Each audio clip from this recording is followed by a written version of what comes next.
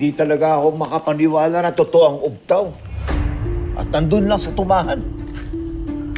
Paano napunta kay Lolong ang makapangyarihang hiyas na yun? Hindi na yan mahalaga. Ang importante ay kung paano natin makukuha ang ubtaw kay Lolong. Manong, saan mo balak gamitin? Hindi ka talaga marunong mag-isip, ano? Kapag nasa atin ang ubtaw, hindi na magagamit ng mga tao ang mga pangilang buwaya bilang kahinaan natin.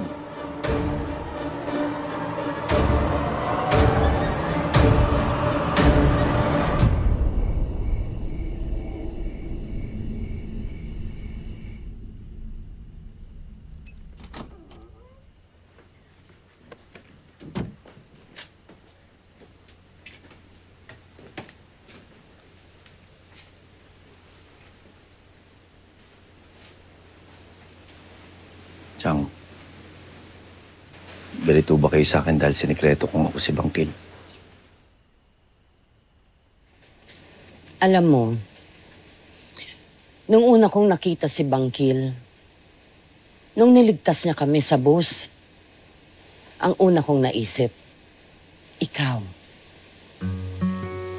Dahil kabisado ko ang galaw mo. Pati anino mo ay kabisado ko.